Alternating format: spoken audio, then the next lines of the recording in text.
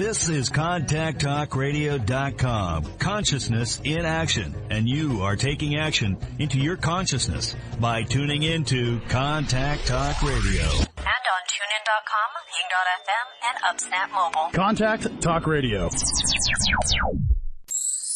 Welcome to Transformations with Tara Sutphen. Tara Sutphen is the author of Blame It on Your Past Lives, Soul Agreements, and the Abenda Chronicles. Grammy-nominated audios, videos, and MP3 series. You can find these MP3 series now at tarainsight.com. Welcome to Transformations with Tara. And my guest and co-host is Jason D. McKean. He is the voice of over 1 million Om recordings throughout the world. And he also has a line of Om MP3s as other musical recordings and also meditative. So welcome, Jason. Thank you. Thank you, Tara. Good morning to you. Good morning. I thought you're having a bright and brilliant morning. A bright and brilliant one, for sure. Excellent. Yeah. So, and you're having a great morning? Yeah. I got woken up by the dogs jumping on my head. Do. Yeah. I have to wake up, Beanie. They just love to like, hey, dad. It's like Dr. Seuss wrote a book called Hop on Pop. And that's what comes to mind every morning. But right. It's a beautiful ritual, to be loved by your animals and all. It really is. I mean, it's a beautiful, beautiful thing to be loved by your babies. Yeah, it could be just an alarm clock that wakes you up, and it's like, oh, snooze. There's no snooze buttons on the dogs. No, and it's really interesting. Like with you, your dogs are all about waking you up, to whereas mine, no, we don't get up in the morning. I mean, we do. I get up at 7, always 6:37 and sometimes 5. But even if I get up in the middle of the night, everybody's supposed to stay asleep. Nice. Yeah. So Beanie, I always have to wake up Beanie. Yeah. We can go. We should go out now. Yeah. So the topic for today is so interesting. Thank you. The ELEUSINIAN Mystery School. Yeah. I thought,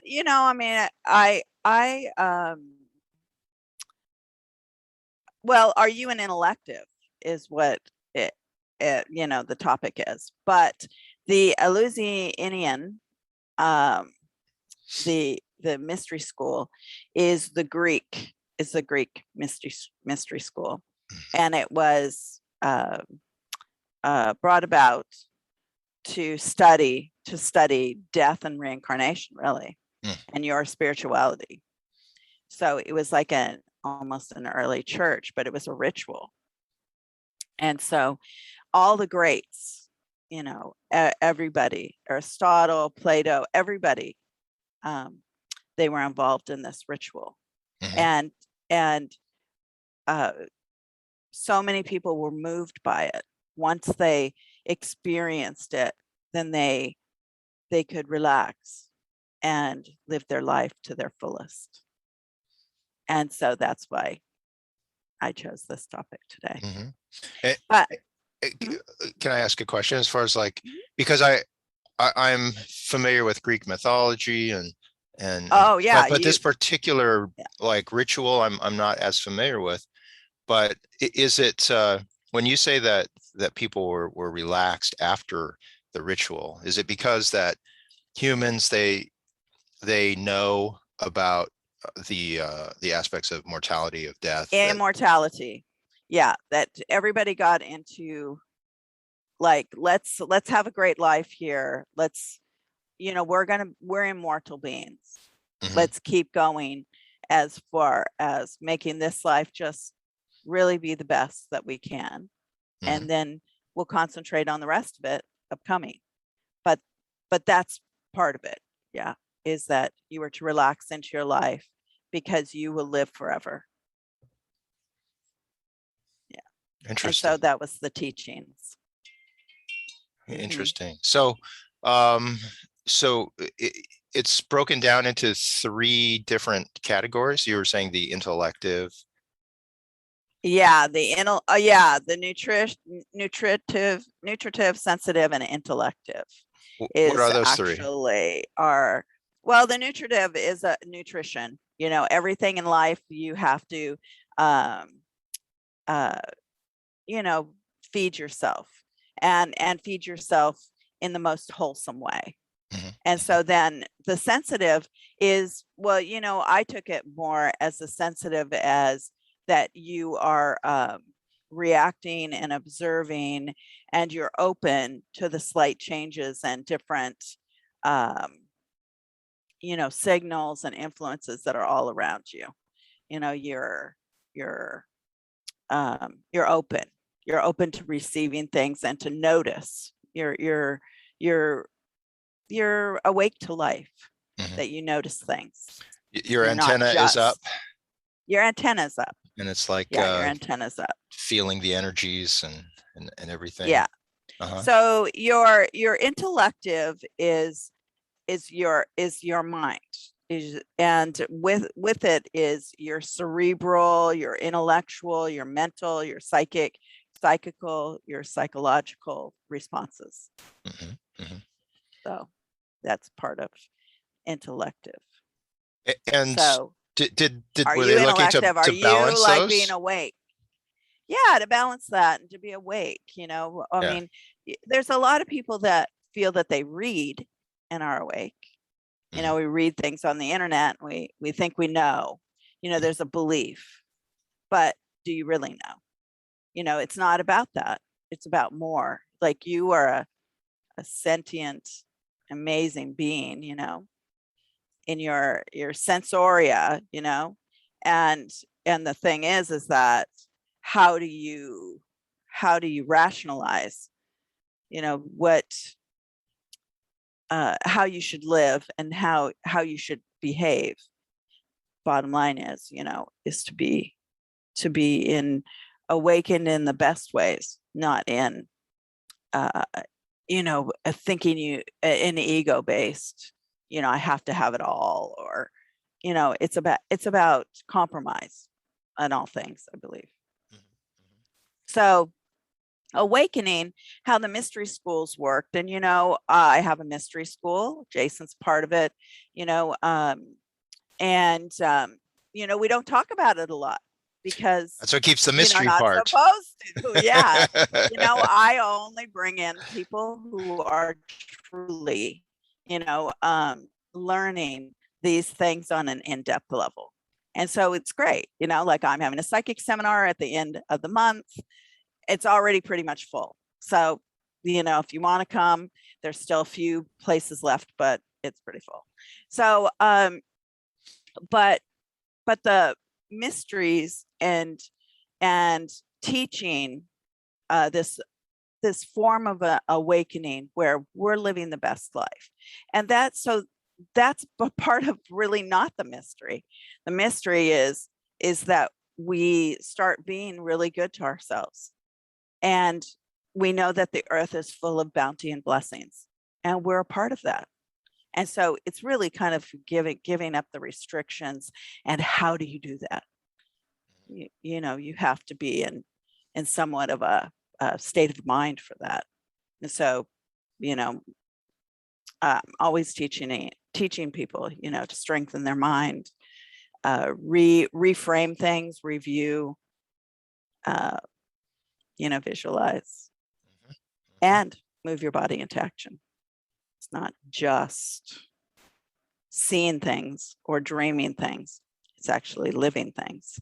So that part of the reincarnation aspects, or the you know, it's like, because we know that like physical death is a thing, right? Our body, our vessel has an expiration date to it, and does very short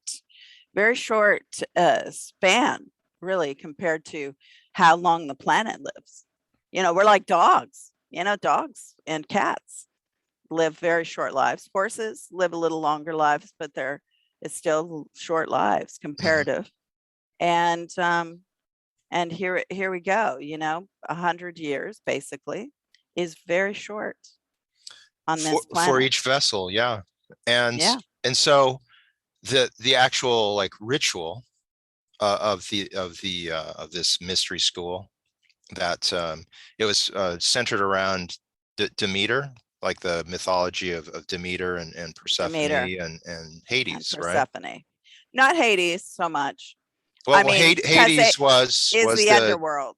Is where, because Persephone is the daughter of Demeter. She is half of the time on the surface, and then half of the time below. Right, because she ate a pomegranate, they say, and in the underworld. Pomegranates. And so she was kept into the underworld.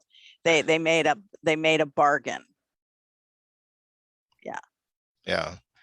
And you know, it just happens to, yes, you know, so it's not a coincidence, but it's the time of the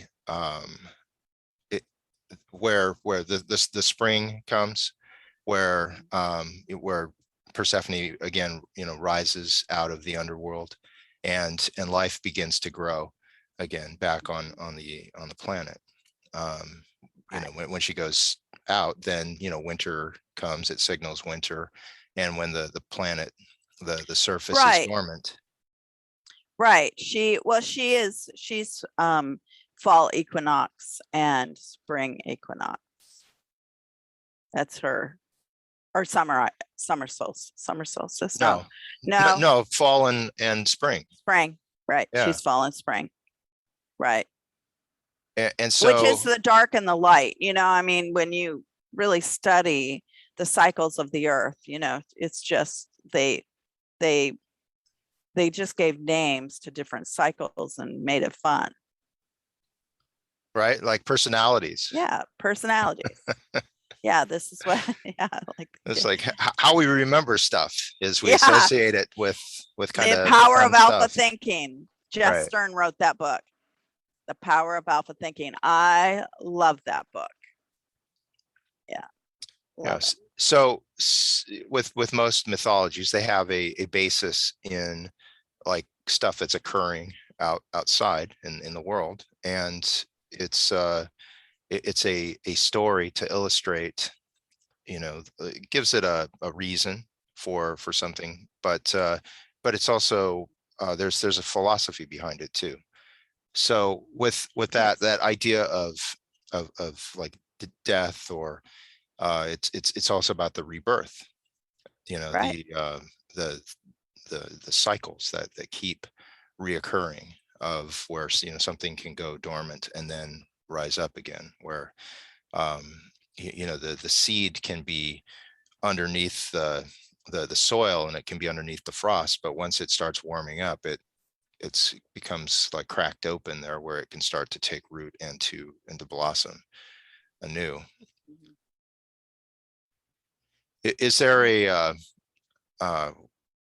like with the human experience of that, with the mystery schools, how do you apply that idea with people, as far as you know, and that idea of immortality, and you know, the progress that we make in each life? Do you? Well, that's just it. Are you making progress? Are we just going, you know, falling like dominoes? Whatever we accomplish, we, you know, take away from ourselves.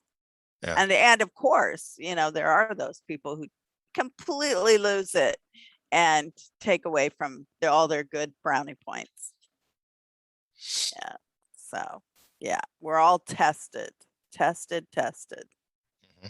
They take away their brownie points. But how are your brownie points these days? Yeah. So yeah, what is our, you know, and it's not really motivation so much. I feel that it's really, you know, we idolize a lot of things, and so it's really about getting into our vivaciousness And then it seems to, then it seems to move us into a good passion, like our, wanting to accomplish, like, even if it's just little things, hobbies, we just begin. We begin and then we just keep going. And, then it becomes, but, with psychic ability, I find that, it's about really looking deeper into your own self and allowing yourself to be comfortable with your anima and animus, that you are, that you just become comfortable not having all the answers, because it becomes a vast, it's like the black hole. It just becomes a vast, you're looking for knowledge everywhere, and we're just not going to be able to retain all of it in our lifetime. I've, me in the bookstore, owning the bookstore when I was younger, and having all my knowledge, that I study all the time. But, I'm hoping I retain that for my next life. It seems to have, like, it's going with me. It seems like I, can retain it very easily. But that, it seems to be my interest in life. Let's put it that way. Hopefully our knowledge becomes like second nature, right? Yeah. It's like we ingest it all. We consume all of that knowledge, and then hopefully it's in our spiritual DNA as it moves forward in time, so that we don't have to relearn just everything. It's like, what? Yeah. And I think that people who are old souls, right, who are young, but they have that maturity, they have like they exude that wisdom that is there. I think that is, I think they have been able to carry that over, that knowledge. Yeah. Right. I think that that the things that we work on now, that we focus on now, that it's almost like, and I know this from experience in a lot of things that I do, whether it's music, whether it's reading tarot or so, where you don't think about the mechanics of something. It's like when you're a young musician, it's scales, over and over and over and over and over. But when you get into those places of composition, or you're playing, it's like you can start to kind of lose that idea of you being the mechanical person, just playing something, and you become a feeling. You become connected to this other layer of connection with someone else, with your own higher self, whatever it is that you're looking to express. And so that hopefully is what we're taking with us, each time that we our physical body dies, that we're taking our spiritual DNA with us, and expanding upon that. Yeah, I know. Yeah. Our spiritual DNA.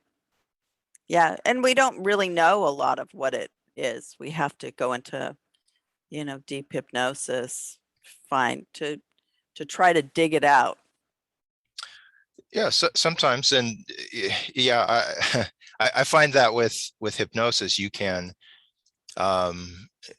sometimes it feels like you're scratching the surface, right, of something, and it's like the deeper that you go into a thread, or start pulling on a thread there, it can take you to some really interesting places of, not all talents, gifts that feel natural to us, they're not all born from pain and suffering.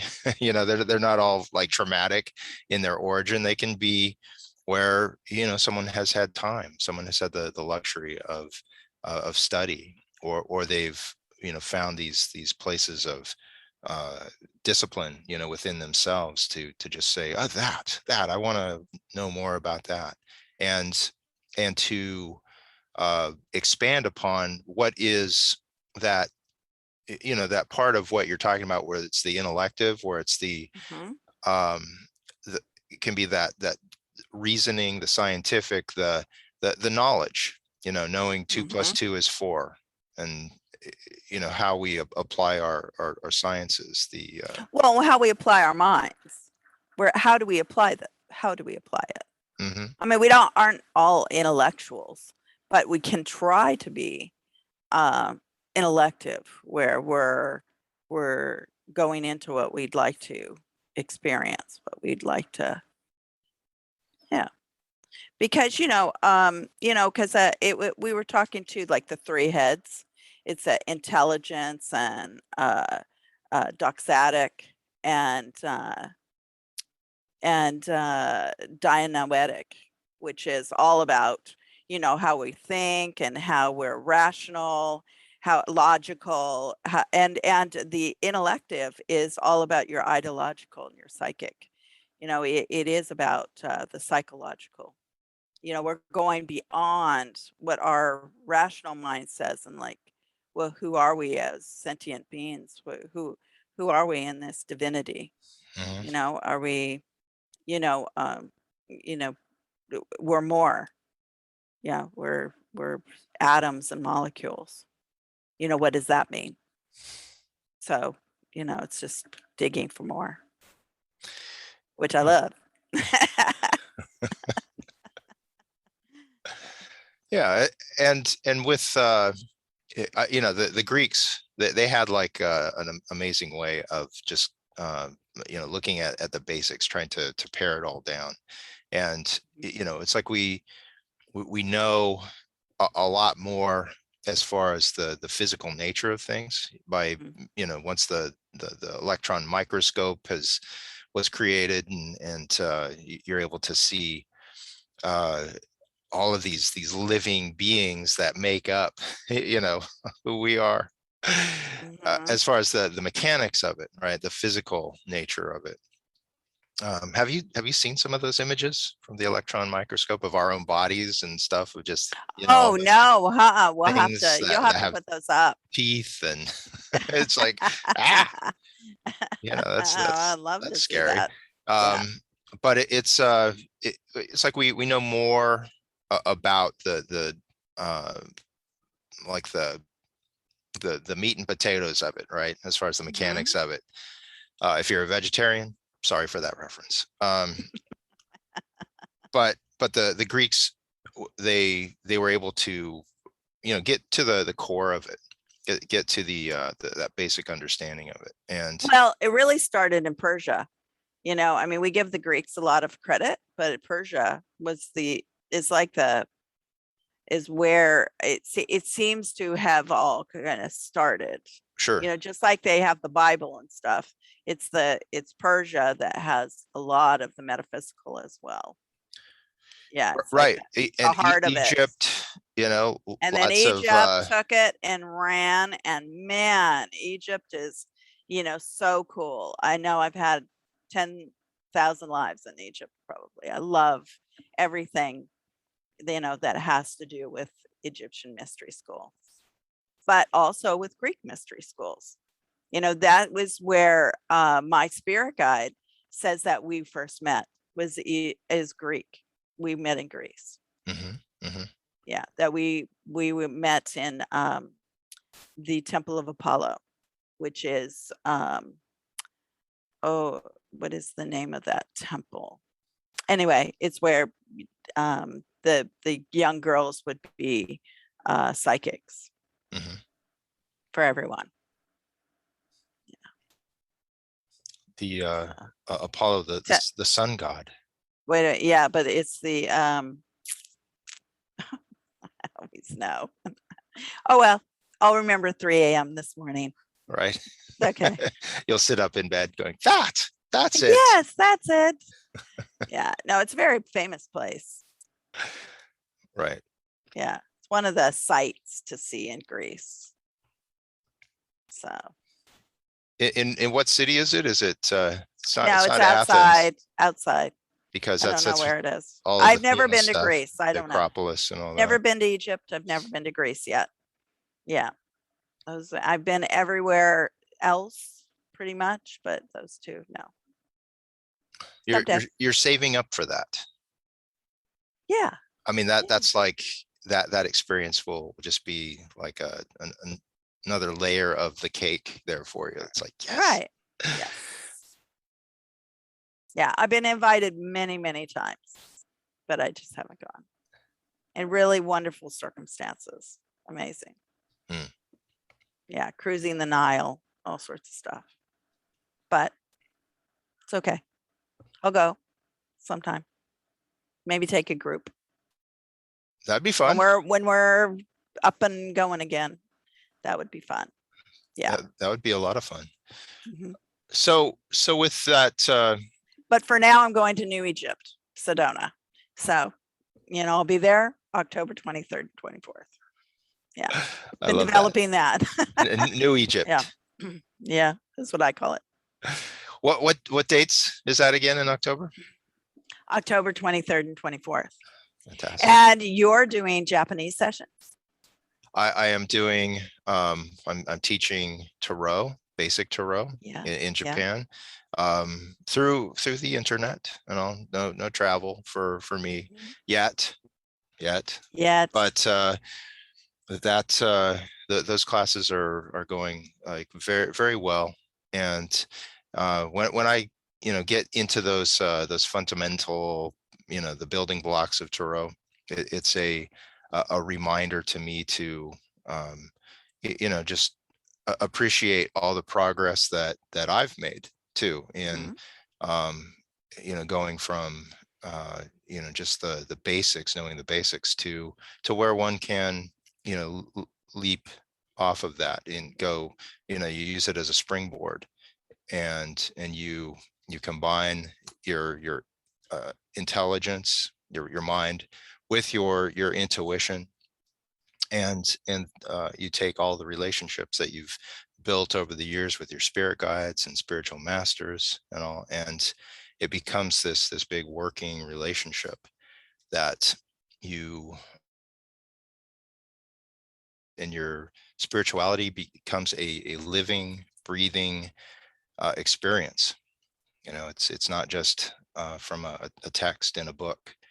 It's like, oh, I got to do that. It's like, oh, you live the experience, and it's there's nothing like it, and I'm appreciative of all of the people, including yourself, Tara, who have been teachers and who have been people who have taken me by the shoulders and given me gentle pushes. Come on. Or kicked me in the butt. And now we've just gently nudged you into. There was that one time. Yeah. Yeah. So I remember finally what the name is. It's the Temple of Delphi. So. Got it. Got it. It wasn't 3 a.m. Yeah. Now. Okay. So what else do you have upcoming? You have a lot of tarot classes, period. I do 3 classes a week, all of differing levels and layers. Sometimes we get to the fundamentals, but sometimes, it's about coloring outside the lines a bit, using the tarot as a springboard for looking at past lives,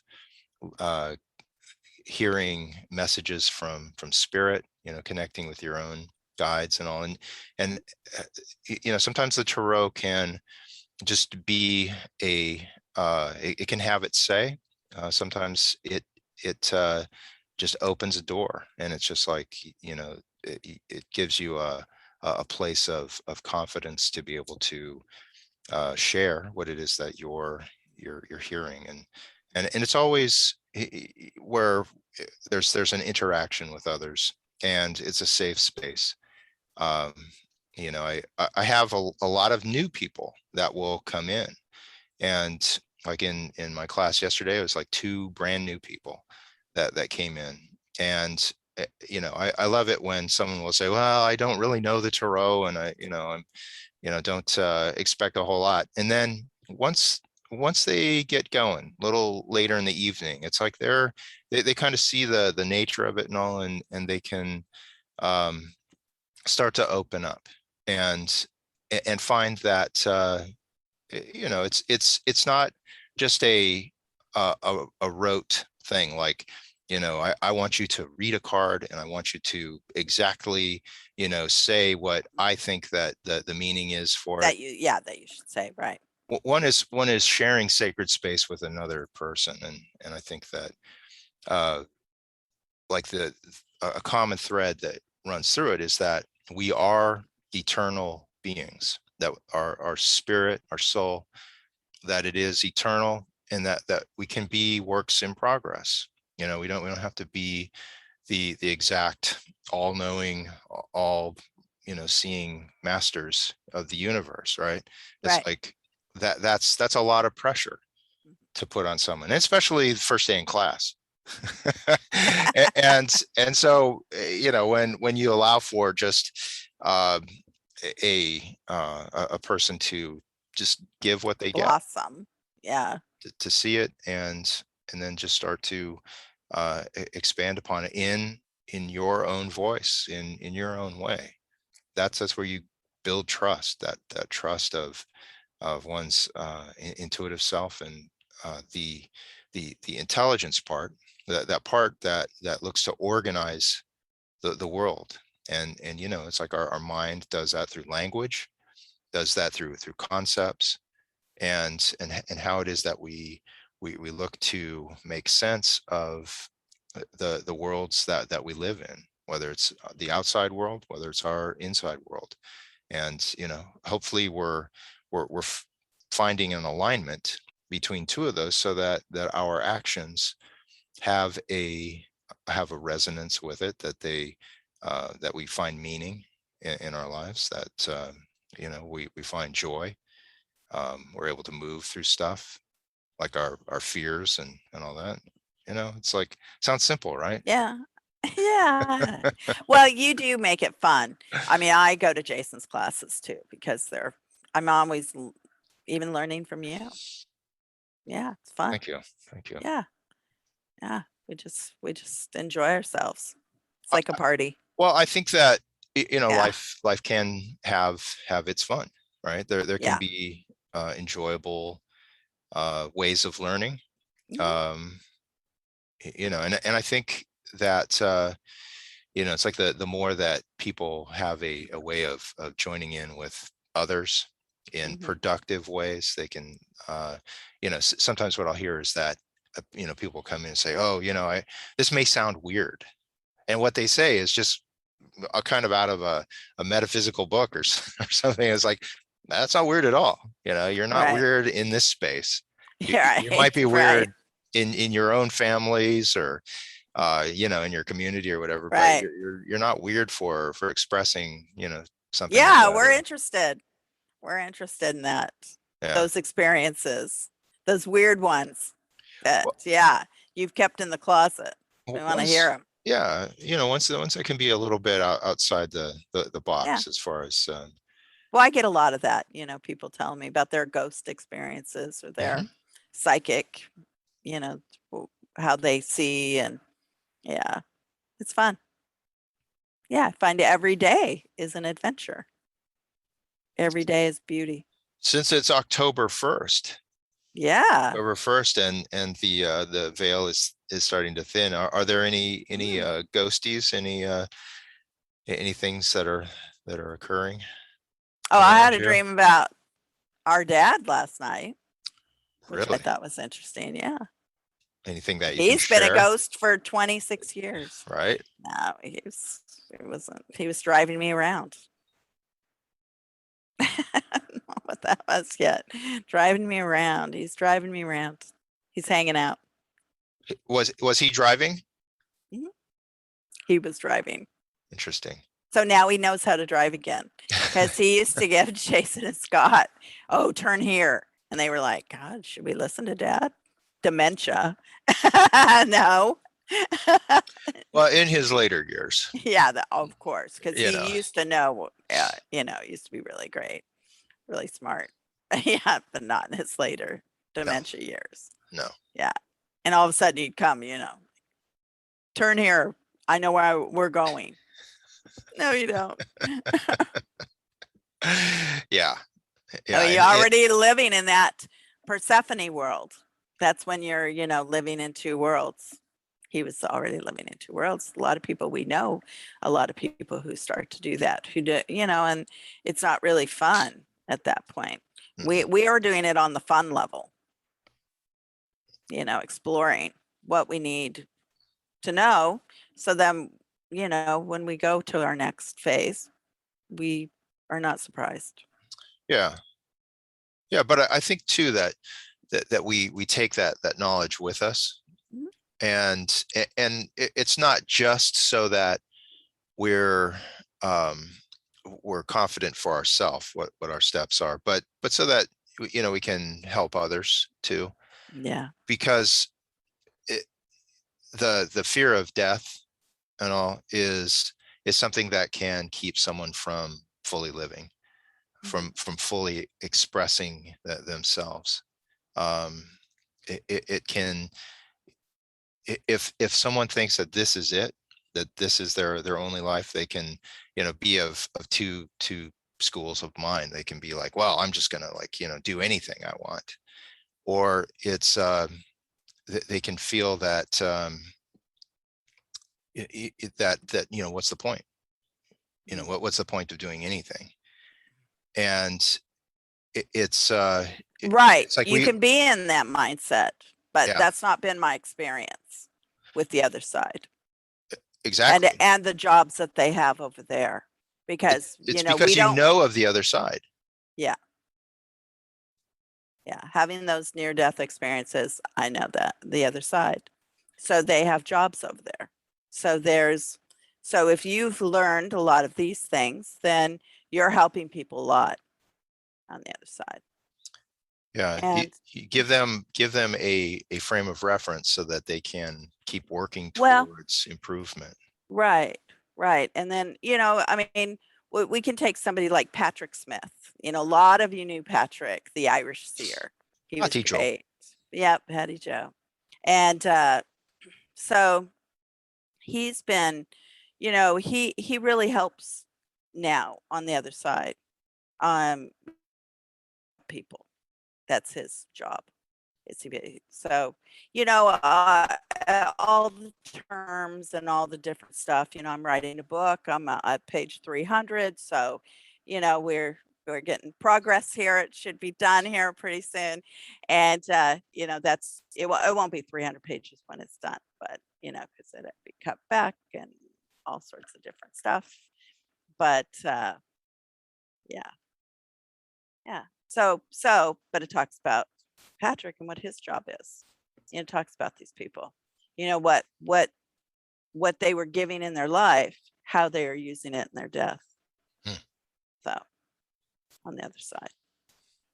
Yeah. And Patrick, when he was alive, had a very calming, just a real beautiful spirit.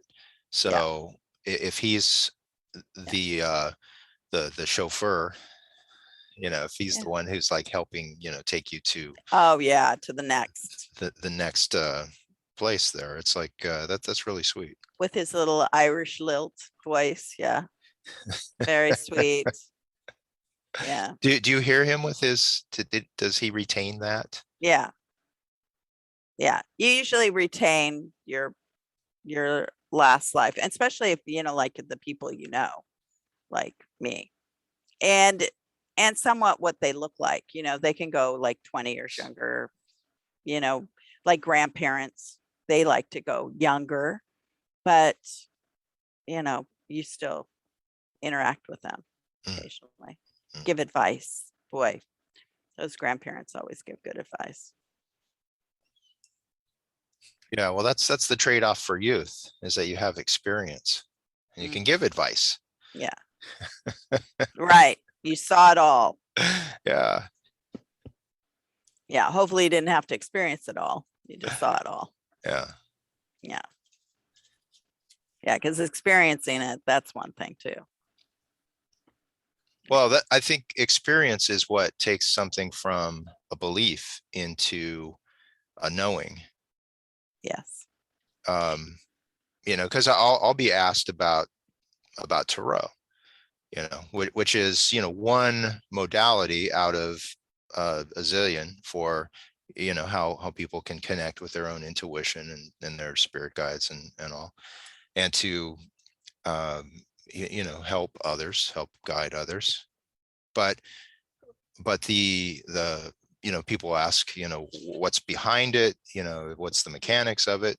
How does it work? Right. And it's like, you can, talk about some basic ways of how it works, but it's really in the doing that's how you know for yourself that you're connecting. And even at this point, it feels like, I can still be surprised, at the layer of things of knowledge that can be accessed, the messages that, that feel channeled at a lot of times. And, it doesn't surprise me in that it's like, whoa, how did that happen? It's just like, yeah, that's actually really, really solid advice. Or, that's there's this congruency with it, this alignment of where it's not out of my core or of my nature as someone who looks to be helpful and healing in the world, to give advice that it's coming from like these deeper layers and these deeper connections. And so by doing that can create experience. It creates a confidence, a trust, and, to keep applying that. Yeah. It's just applying and being and not thinking we have all the answers all the time, being in the mystery. Stepping into the mystery can be soothing if you're willing to allow yourself to know that it's just such we're such amazing beings, Mm-hmm. that, we have some kind of amnesia anyway, of not being able to remember where we've come from, but we know we came from somewhere. Yeah. Right. Yeah. I was just thinking about that the other, just every single bit of information in our conscious mind, where, it's like always on the front burner there, whatever metaphor you want to use, then it would just be too much. The ability to just focus on one thing at a time would be, next to impossible. And so, seeing that as not a limitation, but a way of getting things done, a way of, prioritizing things, and not having to just like, keep that whole catalog alive in our head. That's why our libraries and stuff like that, our computers, they're separate things, and we can access specific information anytime we want. Yeah, it's such a beautiful time for that. Yeah, and to bring it to the forefront, we can think about it, process it, but where, if we don't have to, then we can, just offload it and not let it just take up that space. Well, people are filling their heads with way too much, outer information that's not really, it's not conducive to a healthy life. Yeah. Yeah. Talking about not nutritive. Yeah. I mean, ideas, thoughts, those are nutritive also, Yeah. Don't allow, like governments and just too much information to spin you in circles. It's just not, it's not cool. It's not cool. Yeah. Yeah. It's like just hang out with the cool kids on that, with those people with the sunglasses. Yeah, it's not fun. It's not fun to be mixed up with, any sort of, I don't know, just chaos, drama. Well, what chaos can you handle inside your own framework? Are you wired to be in a place of chaos, right? Or if stuff like comes in and it's too much, then it will eat away at you. It will, it can take you away from those things that are truly important for you, right? And life sustaining for you. So that's where, in that large area of what we can control in our life, Mm-hmm. it's where we look to just kind of pare down things so that we don't have to just be bombarded with things that we may not have any control of, but upset us, that freak us out, and then leave us in a state of disrepair. Yes. And it's that's where we can exert some of our own choice in that, and saying, you know what, I'm not gonna worry about that right now. It's like if a friend is calling you, right, and they're just wanting to use you as a dumping ground, right? And it's like, well, and then this happened and this and this, and they're just like laying that all on you. Mm-hmm. And at some point you can say, you know what, I'm just a waste dump here. I'm just this toxicity is just like, it's killing me. And so I'm choosing to step away from that and not be, that landing place for this. Right. But it can be even on the internet. It can be, can feel. Absolutely. Absolutely. Yeah. So just, be careful. Be proactive in your own life. It's about, living a beautiful, amazing life every moment. And to get to that, sometimes you really have to, get into resting your mind, or you get into liking other things. Yeah. Yeah. You had mentioned hobbies, pastimes, hobbies, and all that. Yeah. Can be very relaxing and very relaxing. Mystery schools, coming in to, feel good about yourself, learning about awakening within yourself. I saw that beautiful mosaic table that you made.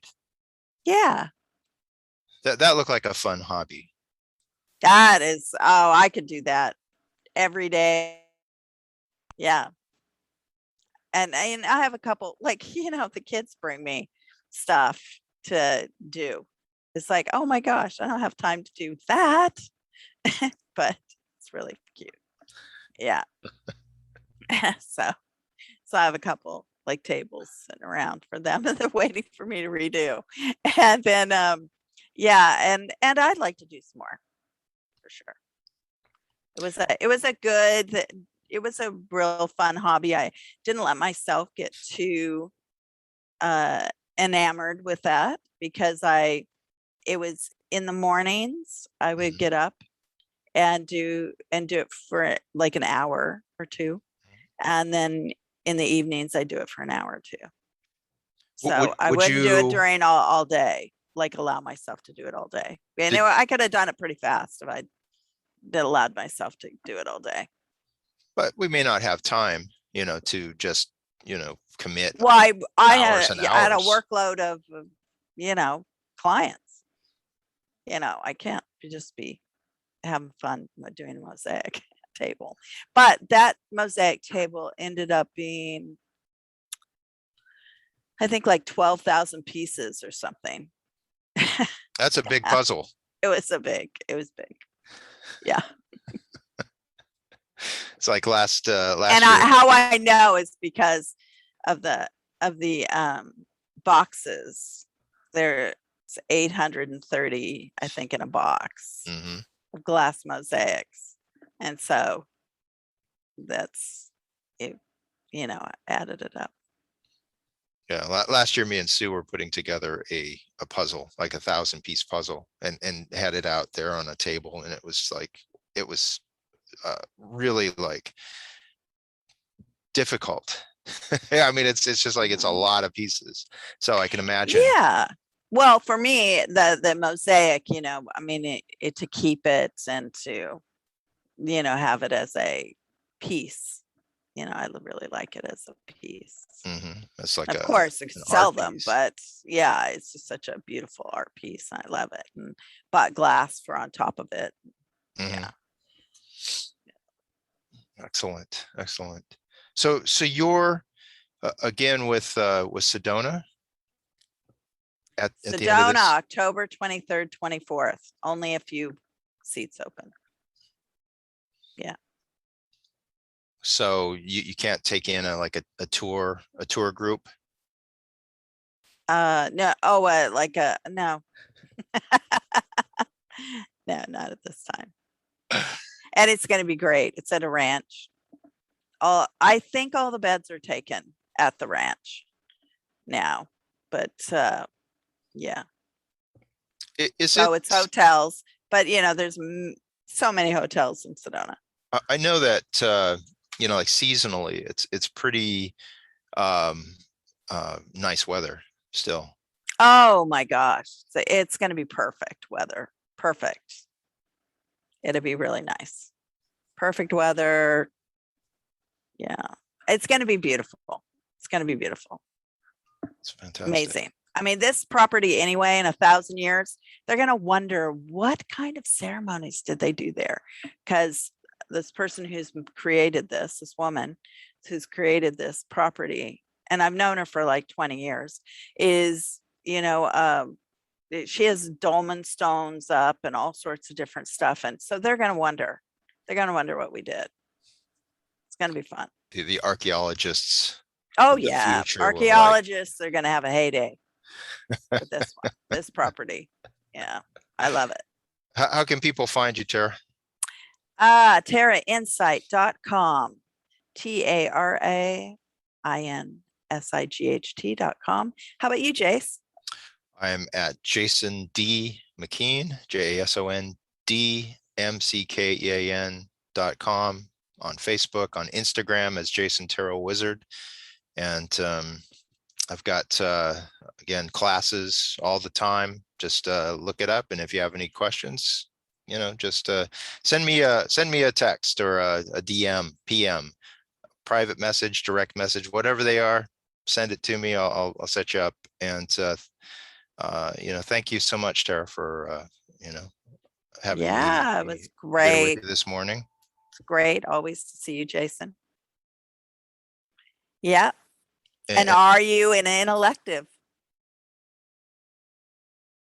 Training myself to reside in all of these places where the intuition and my mind, the rational part, they come together, that there's an alignment within, and so that I don't fight my own process. The alignment. Thank you, everybody. Lots of love.